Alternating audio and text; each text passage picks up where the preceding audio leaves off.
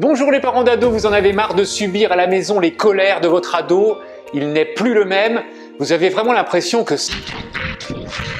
Eh bien dans cette vidéo, je vous partage mes 4 meilleurs conseils. Je vous parle d'une bonne communication, comment être clair sur les limites, puis le principe du lâcher prise et pour finir, la gestion du stress. C'est Philippe de GérerMonAdo.fr et bienvenue sur ma chaîne. C'est le meilleur endroit pour apprendre à gérer votre ado tous les jours. Je vous donne énormément de conseils pour donner un sens à votre vie familiale et pour aider votre ado et vraiment améliorer la relation entre vous et ainsi retrouver quoi? Eh bien une vie de famille heureuse, unie et sans conflit. Alors si vous êtes nouveau, eh bien n'hésitez pas à vous abonner à la chaîne et dites-moi en commentaire vos plus gros problèmes avec vos ados. Alors vous ne pensiez peut-être pas y échapper à ça, mais si vous avez un ado à la maison et vous vous demandez comment le gérer. Eh bien dans cette vidéo, nous allons voir les solutions à mettre en place et les pistes à explorer pour gérer un ado qui est rebelle.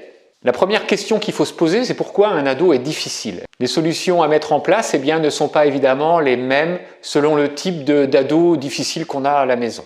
Donc il y a un processus normal de transformation chez l'ado et ça a bien évidemment des impacts. Ce qu'il faut savoir, c'est que l'adolescence est un passage délicat au niveau physique, mais au niveau psychologique. Le cerveau de l'adolescent subit une réorganisation majeure. C'est comme si vous étiez en train de déménager une pièce. Eh bien là, c'est pareil. Il y a un déménagement. Il y a des travaux à l'intérieur. On est en train de refaire les murs. On est en train de refaire l'électricité parce qu'il y a les synapses à l'intérieur. Donc le réseau électrique eh bien, change.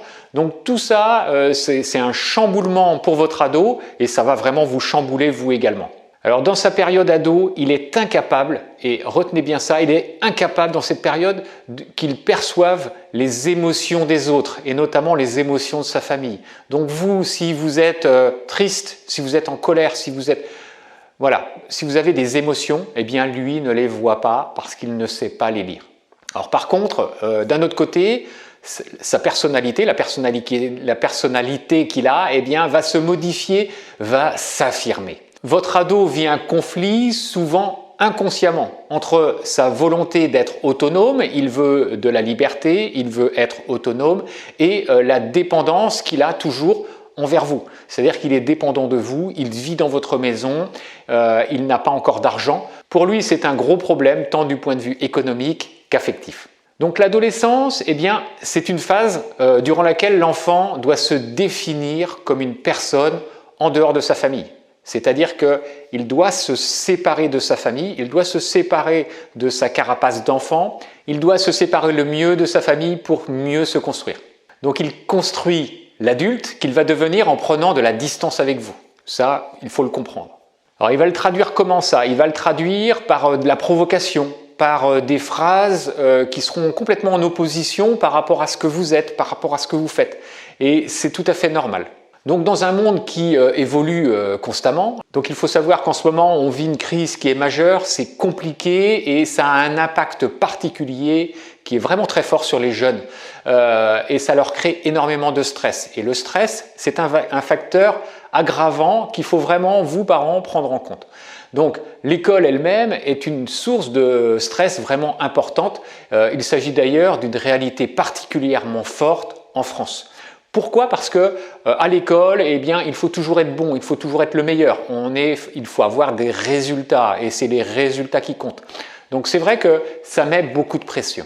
Pour la petite analyse, eh bien, l'OCDE réalise chaque année une étude approfondie sur le système scolaire dans le monde et établit, on va dire, un classement connu sous le nom de PISA, le Programme international pour le suivi des acquis des élèves. Eh bien, cette évaluation nous apprend une donnée importante concernant les élèves en France. Ils sont parmi les plus stressés du monde.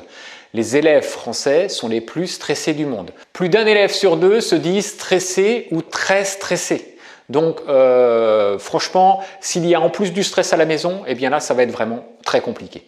Donc nos ados sont en souffrance. Donc si votre ado vit des événements susceptibles d'aggraver encore son mal-être, eh bien il risque encore plus de manifester de la souffrance par des troubles du comportement, par de la provocation ou carrément un repli sur lui-même, c'est-à-dire qu'il va s'enfermer dans sa chambre, il va se mettre dans sa bulle et là il va se déconnecter de tout, se déconnecter de la réalité, se déconnecter de ses amis, se déconnecter du monde qui l'entoure.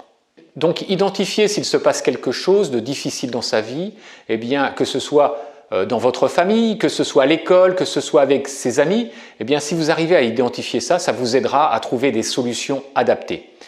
Donc les solutions à envisager, je vais vous en donner quelques-unes, mais vous pouvez en avoir d'autres, mais je vais vous donner vraiment les quatre que j'ai priorisées. Donc la première, c'est la communication, j'en parle souvent. Pour commencer, eh bien, j'ai fait une vidéo là-dessus, c'est la révision des attentes. Révisez vos attentes et modérez vos attentes.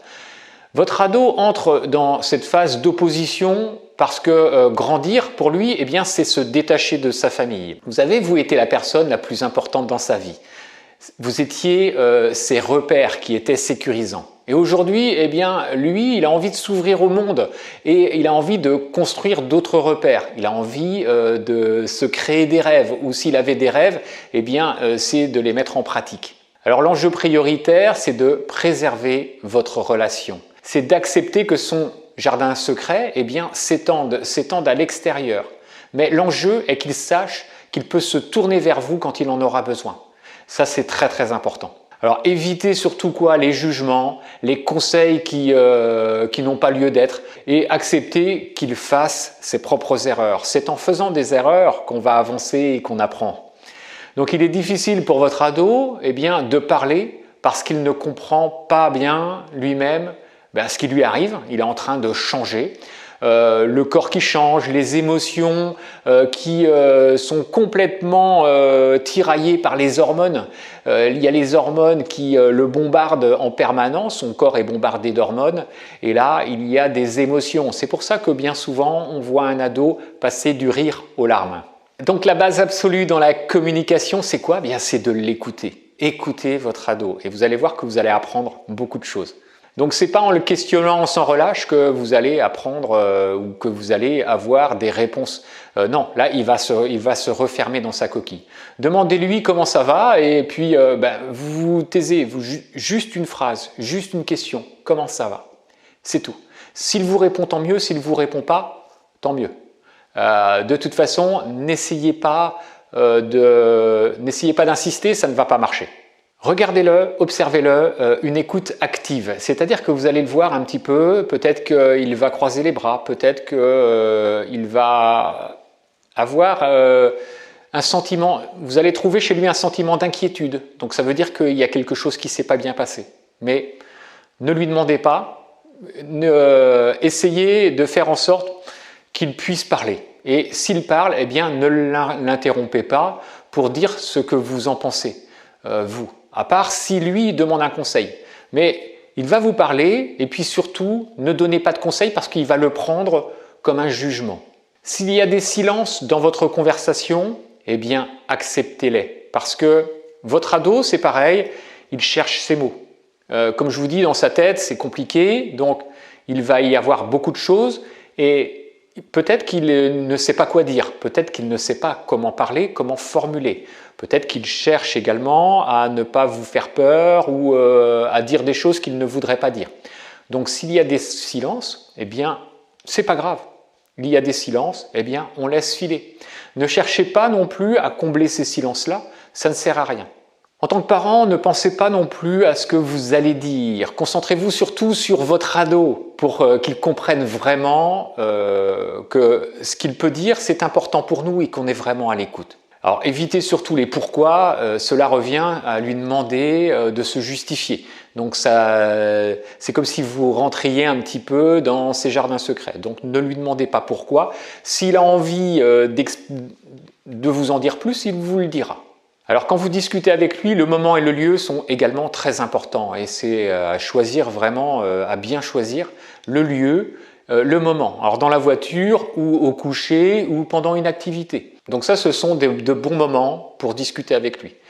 Créer une occasion spéciale, régulière avec lui, en cherchant plutôt du côté de ses intérêts.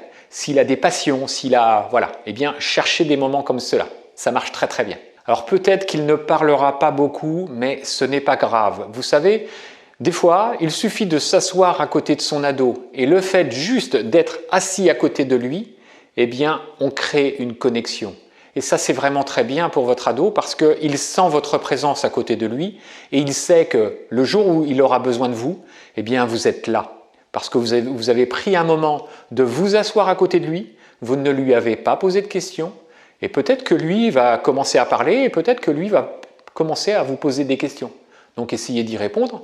Mais voilà, ça se fait comme ça. Avec un ado, eh bien, les liens sont complètement différents que si vous aviez un enfant. Plein de bonnes choses avec votre ado, et je vous dis à très bientôt. Allez, ciao ciao!